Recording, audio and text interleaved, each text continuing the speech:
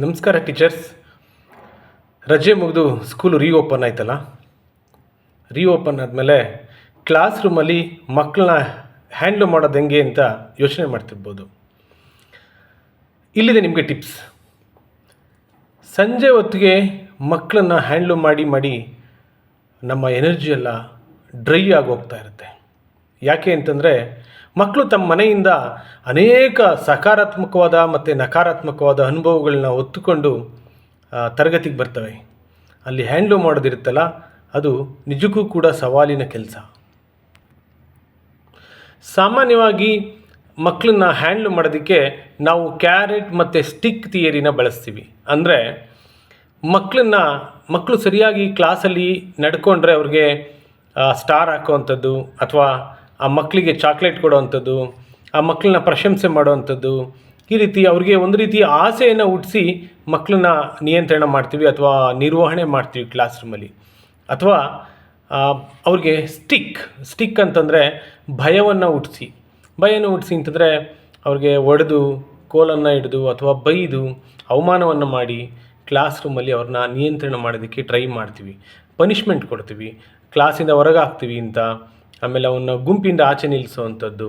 So ಈ ರೀತಿ ಪನಿಷ್ಮೆಂಟ್ಗಳ ಮುಖಾಂತರ ಅವ್ರನ್ನ ನಿಯಂತ್ರಣ ಮಾಡೋಕ್ಕೆ ಪ್ರಯತ್ನ ಮಾಡ್ತೀವಿ.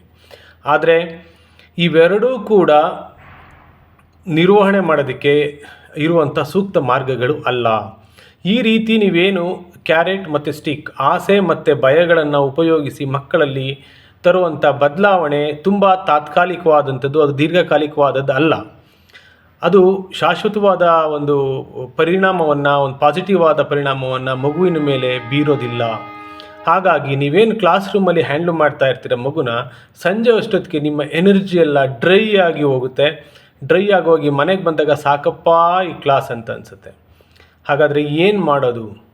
ಸೊ ಮಕ್ಕಳೇ ತಮ್ಮ ಕಲಿಕೆಯ ಜವಾಬ್ದಾರಿಯನ್ನು ತಗೊಳ್ಳೋ ರೀತಿ ಏನನ್ನು ಮಾಡೋವಂಥದ್ದು ಅಂತನ್ನೋದನ್ನು ನಾವೀಗ ನೋಡೋಕ್ಕೆ ಹೋಗ್ತಾ ಇದ್ವಿ.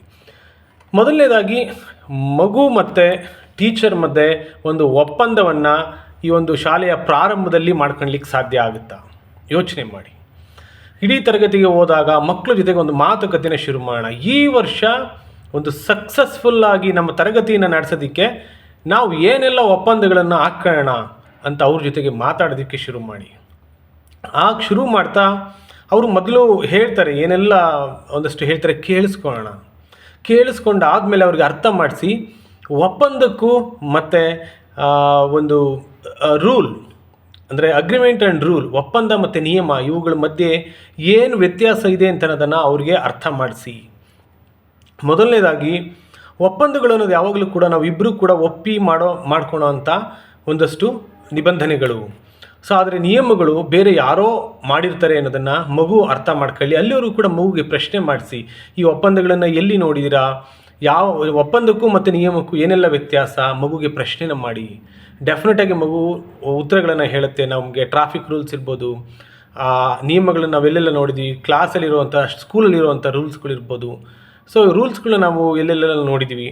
ಹಾಗೆ ಒಪ್ಪಂದ, ನಾವಿಬ್ಬರೂ ಕೂಡ ಒಪ್ಪಂದ ಮಾಡ್ಕೊಳಕ್ಕೆ ಹೋಗ್ತಾ ಇದ್ವಿ, ಇದನ್ನ ಎಲ್ಲಿ ನೋಡಿದ್ದೀವಿ, ಮನೆ ಅಗ್ರಿಮೆಂಟ್ ಇರ್ಬೋದು, ಬೇರೆ ರೀತಿ ಅಗ್ರಿಮೆಂಟ್ಗಳನ್ನ ನಾವು ನೋಡಿದ್ದೀವಿ ಅಂತ ಮಗು ಹೇಳುತ್ತೆ. ಸೊ ಆ ಡಿಫ್ರೆನ್ಸನ್ನು ಅರ್ಥ ಮಾಡಿಸೋಂಥದ್ದು ತುಂಬ ಇಂಪಾರ್ಟೆಂಟ್ ಮೊದಲನೇ ಹಂತದಲ್ಲಿ. ಸೊ ಮಗುಗೆ ಅಂದರೆ ತಾನು ಅದನ್ನು ಒಪ್ಪುತ್ತಾ ಇದ್ದೀನಿ ಅಂತ ಅನ್ನೋದನ್ನು, ಈ ಒಪ್ಪಂದಗಳನ್ನು ನಾನು ಒಪ್ತಾ ಇದ್ದೀನಿ ಅಂತ ಅನ್ನೋದನ್ನು ಅರ್ಥ ಮಾಡಿಸ್ಬೇಕು. ಸೊ ಈ ಭಾಗ ಮುಖ್ಯ. ಇದಾದಮೇಲೆ ಮಗುಗೆ ನೀವು ಕೇಳ್ತಾ ಹೋಗಿ ಇಡೀ ಎಲ್ಲ ಮಕ್ಕಳಿಗೆ, ಸೊ ಏನೆಲ್ಲ ಒಪ್ಪಂದಗಳನ್ನು ಹಾಕೋಣ ಈ ವರ್ಷ ನಾವು ಸಕ್ಸಸ್ಫುಲ್ಲಾಗಿ ತರಗತಿಗಳನ್ನ ನಡೆಸೋದಕ್ಕೆ ಅಂತ. ಆಗ ಆ ಮಕ್ಕಳು ಹೇಳ್ತವೆ, ಸಾಕಷ್ಟು ಉತ್ತರಗಳನ್ನ ಹೇಳ್ತವೆ. ಉದಾಹರಣೆಗೆ ಹೇಳ್ಬೋದು, ನಾವೆಲ್ಲರೂ ಕೂಡ ಸೈಲೆಂಟಾಗಿ ಕೂತಿರಬೇಕು, ಮಾತಾಡದೆ ಕೂತ್ಕೋಬೇಕು ಕ್ಲಾಸಲ್ಲಿ ಅಂತ. ಸೊ ಈ ರೀತಿ ಮೇಲ್ಸ್ತರದ ಉತ್ತರಗಳನ್ನು ಕೊಡ್ತಾರೆ. ಆದರೆ ಆವಾಗ ನೀವು ಇನ್ನೊಂದಷ್ಟು ಆ ಮಗುವಿನ ಆ ಉತ್ತರಗಳನ್ನು ಆಳಕ್ಕೆ ಯೋಚಿಸೋ ರೀತಿಯಲ್ಲಿ ಮರುಪ್ರಶ್ನೆಗಳನ್ನ ಹಾಕಬೇಕು. ಯಾವ ರೀತಿ ಅಂದರೆ, ಸುಮ್ಮನೆ ಕೂತ್ಕೋಬೇಕು ಅಂತ ಮಗು ಹೇಳಿದ್ರೆ, ಮಾತಾಡದೇ ಇರಬೇಕು ಅಂತ ಮಗು ಹೇಳಿದ್ರೆ, ಸೊ ಹಾಗಾದರೆ ಪ್ರಶ್ನೆ ಕೇಳಬಾರ್ದಾ? ಅಥವಾ ಟೀಚರ್ ಪ್ರಶ್ನೆ ಕೇಳಿದಾಗಲೂ ಮಾತಾಡದೇ ಇರಬೇಕಾ? ಸೊ ಈ ರೀತಿ ಮಗು ಯೋಚನೆ ಮಾಡೋದಕ್ಕೆ ಹಚ್ತಾ ಹೋಗಬೇಕು. ಸೊ ಇದರ ಉದ್ದೇಶ ಏನಂದರೆ, ಮಗು ಈ ಒಂದು ಒಪ್ಪಂದಗಳನ್ನು ಕುರಿತಾದಂಥ ಒಂದು ಸ್ಪಷ್ಟ ಚಿತ್ರಣ ಮಗುವಿನ ಮನಸ್ಸಿನಲ್ಲಿ ಬರಬೇಕು. ಸೊ ಪ್ರತಿ ಮಗು ಮನಸ್ಸಿನಲ್ಲಿ ಒಪ್ಪಂದಗಳಿಗೆ ಸಂಬಂಧಪಟ್ಟಂಥ ಸ್ಪಷ್ಟ ಚಿತ್ರಣ. ಸೊ ಏನು ಉದಾಹರಣೆಗೆ ಹೇಳುತ್ತೆ, ಅದು ಮಗು ಶಿಸ್ತಿನಿಂದ ಇರಬೇಕು ಕ್ಲಾಸಲ್ಲಿ ಅಂತ ಹೇಳ್ಬೋದು. ಸೊ ಶಿಸ್ತಿನಿಂದ ಇರೋದು ಅಂತಂದರೆ ಯಾವುದರಲ್ಲಿ ಶಿಸ್ತಿನಿಂದ ಇರೋವಂಥದ್ದು? ಸೊ ಈ ಪ್ರಶ್ನೆಯನ್ನು ಮಗುಗೆ ಹಾಕಿದಾಗ ಮಗು ಯೋಚನೆ ಮಾಡೋಕ್ಕೆ ಸಾಧ್ಯ ಆಗುತ್ತೆ. ಸೊ ಡಿಸಿಪ್ಲಿನ್ ಅಂತಂದರೆ ಏನು? ಸೊ ಈ ರೀತಿ ನಾವು ಆ ಮಗುಗೆ ಪ್ರಶ್ನೆ ಮಾಡ್ತಾ ಹೋಗುವಂಥದ್ದು. ಮತ್ತು ಕೆಲವೊಮ್ಮೆ ಏನು ಮಾಡ್ತಾರೆ, ನೆಗೆಟಿವ್ ಆಗಿ ಹೇಳ್ಬೋದು ಮಗು. ಸೊ ನಾನು ಪಕ್ಕದಾಗಿರೋರಿಗೇನು ತೊಂದರೆ ಕೊಡಬಾರ್ದು ಅಂತ ಹೇಳ್ಬೋದು. ಆದರೆ ಅದನ್ನು ನೀವು ಮತ್ತೆ ಪ್ರಶ್ನೆ ಮಾಡಬೇಕು. ತೊಂದರೆ ಕೊಡಬಾರ್ದು ಅಂತಂದರೆ ನಾವೇನು ಮಾಡಬೇಕು ಕ್ಲಾಸ್ ರೂಮಲ್ಲಿ? ಸೊ ಅಟ್ಲೀಸ್ಟ್ ಆ ಮಗು ಪಾಸಿಟಿವ್ ಆಗಿ ಯೋಚನೆ ಮಾಡೋದಕ್ಕೆ ಮಗುಗೆ ನಾವು ಮರು ಪ್ರಶ್ನೆಗಳನ್ನ ಹಾಕ್ತಾ ಒಂದು ಒಪ್ಪಂದಗಳ ಪಟ್ಟಿಯನ್ನು ತಯಾರು ಮಾಡಬೇಕು. ಆ ಒಪ್ಪಂದಗಳ ಪಟ್ಟಿಯಲ್ಲಿ ಸಾಮಾನ್ಯವಾಗಿ ಮಗು ತರಗತಿಯನ್ನು ಚೆನ್ನಾಗಿ ಆಲಿಸುವಂಥದ್ದು ಇರ್ಬೋದು, ಚೆನ್ನಾಗಿ ಆಲಿಸುವಂಥದ್ದು, ಮತ್ತು ಜೊತೆಗಿರುವಂಥವ್ರನ್ನ ಪರಸ್ಪರ ಗೌರವಿಸುವಂಥದ್ದು, ಮತ್ತು ಅನುಮಾನಗಳು ಬಂದಾಗ ಪ್ರಶ್ನೆಯನ್ನು ಕೇಳುವಂಥದ್ದು. ಸೊ ನಾನು ತರಗತಿಯ ಒಳಗಡೆ ಮತ್ತೊಬ್ಬರನ್ನು ಅವಮಾನಿಸಲ್ಲ, ಪುಟ್ ಡೌನ್ ಮಾಡಲ್ಲ, ಆ್ಯಂಡ್ ನಾನು ನನ್ನನ್ನು ಕೂಡ ಕೆಳಗಡೆ ಹಾಕ್ಕೊಳಲ್ಲ, ಪುಟ್ ಡೌನ್ ಮಾಡ್ಕೊಳಲ್ಲ. ಈ 7-8 ಒಪ್ಪಂದಗಳಲ್ಲಿ ಮುಖ್ಯವಾಗಿ ಚೆನ್ನಾಗಿ ನಾನು ತರಗತಿಯನ್ನು ಆಲಿಸ್ತೇನೆ, ಮತ್ತು ನಾನು ಸಹಪಾಠಿಗಳ ಜೊತೆ ಸ್ನೇಹಮಯವಾಗಿ ವರ್ತಿಸ್ತೇನೆ. ಅನುಮಾನಗಳಿದ್ದಂಥ ಸಂದರ್ಭದಲ್ಲಿ ನಾನು ಆ ಅನುಮಾನಗಳನ್ನು ಬಗೆಹರಿಸಿಕೊಳ್ಳುತ್ತೇನೆ, ಸ್ಪಷ್ಟತೆಯನ್ನು ಕೇಳುತ್ತೇನೆ ಟೀಚರಲ್ಲಿ. ಅದೇ ರೀತಿ ಬೇರೆಯವ್ರನ್ನೂ ನಾನು ಯಾರನ್ನೂ ಕೂಡ ನಾನು ಕೀಳಾಗಿ ನೋಡಲ್ಲ, ನನ್ನನ್ನು ನಾನು ಕೀಳಾಗಿ ನೋಡ್ಕೊಳಲ್ಲ ತರಗತಿಯಲ್ಲಿ. ಸೊ ಈ ನಲ್ಲಿ ನಾನು ಈ ತರಗತಿನಲ್ಲಿ ಗೊತ್ತಿಲ್ಲದೇ ಇರುವಂಥ ಮಕ್ಕಳಿಗೆ ನಾವು ಗೊತ್ತಿರುವಂಥವ್ರು ಹೇಳಿಕೊಡ್ತೇವೆ. ಸೊ ಮತ್ತು ಹೋಮ್ವರ್ಕ್ಗಳನ್ನು ಅಂದಂದಿನ ಹೋಮ್ವರ್ಕ್ಗಳನ್ನ ಅಂದಂದೇ ಮುಗಿಸ್ತೇವೆ. ಈ ರೀತಿ ಒಂದು 8-10 ಒಪ್ಪಂದಗಳನ್ನು ಶಿಕ್ಷಕರು ಮತ್ತು ವಿದ್ಯಾರ್ಥಿನಿಯರು ಮಾಡ್ಕೋಬೇಕು. ಸೊ ಈ ಒಪ್ಪಂದಗಳನ್ನು ಒಂದು ಚಾರ್ಟ್ ಪೇಪರ್ ಮೇಲೆ ಬರೆದು ಶಾಲೆಯ ಗೋಡೆಯ ಮೇಲೆ ಅಂಟಿಸೋವಂಥದ್ದು ಇಂಪಾರ್ಟೆಂಟ್. ಸೊ ಅದಕ್ಕೆ ಎಲ್ಲರೂ ಕೂಡ ಅದಕ್ಕೆ ಒಪ್ಪಿ ಸಹಿಯನ್ನು ಹಾಕುವಂಥದ್ದು. ಸಹಿ ಹಾಕೋದು ಅಂದರೆ ಅವ್ರಿಗೆ ಭಯ ಹುಟ್ಟಿಸೋವಂಥದ್ದಲ್ಲ, ಅವ್ರಿಗೆ ಒಂದು ಫನ್ ರೀತಿಯಲ್ಲಿ ಆ ಒಂದು ಚಟುವಟಿಕೆಯನ್ನು ನಡೆಸಿ ಶಿಕ್ಷಕರು ಅದನ್ನು ಗೋಡೆ ಮೇಲೆ ಅಂಟಿಸಿ ಅದನ್ನು ಓದಬೇಕು. ಇವುಗಳನ್ನು ನಾವು ಪ್ರತಿದಿನ ನಾವು ಫಾಲೋ ಮಾಡ್ತೀವಿ ಅಂತ. ಇದಕ್ಕೆ ಏನೆಲ್ಲ ಒಪ್ಪಂದಗಳಿರಬೇಕು ಅಂತ ಟೀಚರ್ಸ್ ಕೂಡ ಮಕ್ಕಳ ಜೊತೆ ಚರ್ಚೆ ಮಾಡಿ, ಸೊ ನನಗೆ ಇನ್ನೊಂದೆರಡು ಒಪ್ಪಂದಗಳನ್ನ ಸೇರಿಸೋದಿದೆ ಅಂತೇಳಿ ಮಕ್ಕಳ ಒಪ್ಪಿಗೆ ತಗೊಂಡು ಟೀಚರ್ಸ್ ಏನಾದರೂ ಅದಕ್ಕೆ ಸೇರಿಸೋದಿದ್ರೆ ಸೇರಿಸ್ಬೋದು. ಸೊ ಈ ಒಪ್ಪಂದಗಳು ಏನಿದೆ ಒಂದು ಗೋಡೆಗೆ ಅಂಟಿಸಿ ಅದು ಇಡೀ ವರ್ಷ ಕ್ಲಾಸಲ್ಲಿ ತರಗತಿನಲ್ಲಿ ಇರಬೇಕು. ಪ್ರತಿದಿನ ಬೆಳಿಗ್ಗೆ ಬಂದಾಗ ಒಮ್ಮೆ ಅದನ್ನು ಓದಿಸಿ ಟೀಚರ್ ಆಗಿರೋಂಥವ್ರು ಓದಿಬಿಟ್ಟು ಈ ಒಪ್ಪಂದಗಳನ್ನು ಹಿಂದಿನ ದಿನ ನಾನು ಎಷ್ಟು ಫಾಲೋ ಮಾಡಿದೆ, ಕೆಲವ್ರು ಹೇಳ್ಬೋದು ನಾನು ಎಷ್ಟು ಫಾಲೋ ಮಾಡಿದೆ ಅಂತ. ಸೊ ಯಾವುದನ್ನು ಇನ್ನೂ ಚೆನ್ನಾಗಿ ಮಾಡ್ಬೋದು, ಯಾವುದು ಮಾಡಿಲ್ಲ ಅಂತ ನಾವು ಹೇಳೋಕ್ಕೆ ಹೋಗೋದು ಬೇಡ, ಸಕಾರಾತ್ಮಕವಾಗಿ ಮಾತನಾಡೋಣ. ಸೊ ಯಾವುದನ್ನು ಇನ್ನೂ ಚೆನ್ನಾಗಿ ನಾವು ಮಾಡಲಿಕ್ಕೆ ಸಾಧ್ಯ ಇತ್ತು ಅಂತ ಅನ್ನೋದನ್ನು ಯೋಚನೆ ಮಾಡೋಣ. ಸೊ ಅದಾದಮೇಲೆ ಪ್ರತಿಯೊಬ್ಬರೂ ಕೂಡ ಯೋಚನೆ ಮಾಡೋಕ್ಕೆ ಹೇಳಿ ಈ ಒಪ್ಪಂದಗಳನ್ನು ನೆನ್ನೆ ಇಂಡಿವಿಜುವಲ್ ಆಗಿ ವೈಯಕ್ತಿಕವಾಗಿ ಎಷ್ಟು ನಾನು ಅದನ್ನು ಫಾಲೋ ಮಾಡಿದ್ದೀನಿ ಅಂತ ಯೋಚನೆ ಮಾಡಿದ್ದಾದಮೇಲೆ ಅವ್ರಿಗೆ ಕಣ್ಣು ಮುಚ್ಚಕ್ಕೆ ಹೇಳಿ ಅವರು 5 ಮಾರ್ಕ್ಸ್ಗೆ ಎಷ್ಟು ಮಾರ್ಕ್ಸನ್ನು ಕೊಡ್ತಾರೆ, ಅಂದರೆ 5 ಅಂಕಗಳನ್ನು ಇಡೋದಾದರೆ ಎಷ್ಟು ಅಂಕ ಕೊಡ್ತಾರೆ, 5ಕ್ಕೆ 4 ಕೊಡ್ತಾರೆ, 3 ಕೊಡ್ತಾರೆ, 2 ಕೊಡ್ತಾರೆ, ಅಂದರೆ ಅವ್ರಿಗೆ ಅವರೇ ಅಂಕ ಕೊಟ್ಕೊಳ್ಳೋಕೆ ಹೇಳಿ ಹಿಂದಿನ ದಿನ ಅವ್ರು ಎಷ್ಟು ಫಾಲೋ ಮಾಡಿದ್ದಾರೆ ಅಂತ. ಸೊ ಅವಾಗ ಅವ್ರಿಗೆ ಅರ್ಥ ಆಗುತ್ತೆ ಹಿಂದಿನ ದಿನ ನಾನು ಎಷ್ಟು ಒಪ್ಪಂದಗಳನ್ನು ಫಾಲೋ ಮಾಡಿದ್ದೀನಿ ಅಂತ.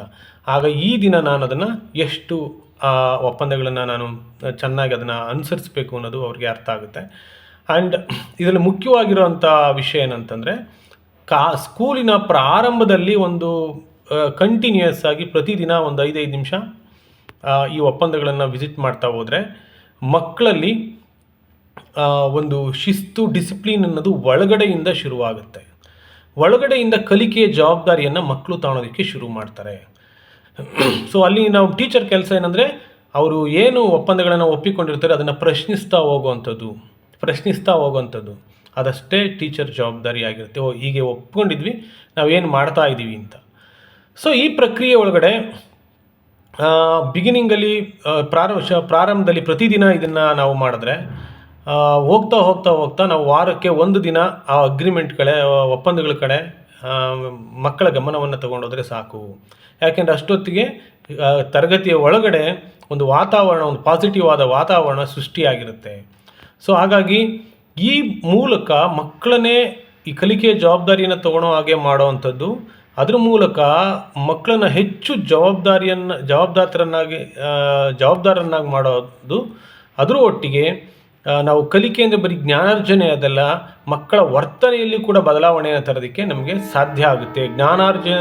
ಜ್ಞಾನಾರ್ಜನೆಯ ಜೊತೆ ಮಕ್ಕಳ ವರ್ತನೆಯಲ್ಲಿ ಬದಲಾವಣೆ ತಂದಾಗ ಶಿಕ್ಷಕರು ತರಗತಿಯನ್ನು ನಡೆಸೋದಕ್ಕೆ ತುಂಬ ಸುಲಭ ಆಗುತ್ತೆ.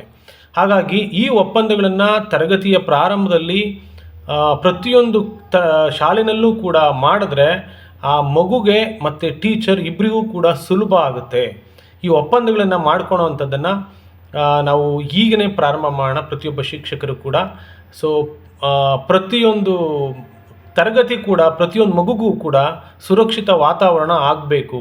ಆ ಮಗು ಒಂದು ಎಮೋಷ್ನಲ್ಲಾಗಿ ನಾನು ಸೇಫ್ ಅಂತ ಫೀಲ್ ಆಗಬೇಕಂದ್ರೆ ಟೀಚರು ಮಗು ಮೇಲೆ ನಂಬಿಕೆ ಇಟ್ಟು ಈ ಒಂದು ಒಪ್ಪಂದಗಳನ್ನು ನಡೆಸ್ಕೊಡ್ಬೇಕಾಗುತ್ತೆ. ಸೊ ಹಾಗಾಗಿ ಪ್ರತಿಯೊಬ್ಬ ಟೀಚರ್ ಆಗಿರೋವಂಥವ್ರು ಕೂಡ ಹಿಂದೆಯೇ ನಿಮ್ಮ ತರಗತಿನಲ್ಲಿ ಒಂದು ಒಪ್ಪಂದಗಳ ಪಟ್ಟಿಯನ್ನು ತಯಾರಿಸಿ ಒಂದು ಪೋಸ್ಟ್ ಮಾಡಿ, ಆ ಮೂಲಕ ಬೇರೆ ಟೀಚರ್ಸ್ಗಳಿಗೂ ಕೂಡ ಇನ್ಸ್ಪೈರ್ ಮಾಡಿ ಈ ಒಪ್ಪಂದಗಳನ್ನು ಮಾಡೋದಕ್ಕೆ. ಸೊ ಇದರಿಂದ ಶಿಕ್ಷಕರಿಗೆ ಮತ್ತು ಮಕ್ಕಳಿಗೆ ಇಬ್ಬರಿಗೂ ಕೂಡ ಸುಲಭ ಆಗುತ್ತೆ. ನಾನು ವಿಶ್ವನಾಥ್ ಅಣೆಕಟ್ಟೆ, ಶಿಕ್ಷಕರ ತರಬೇತುದಾರ. ನಮಸ್ಕಾರ.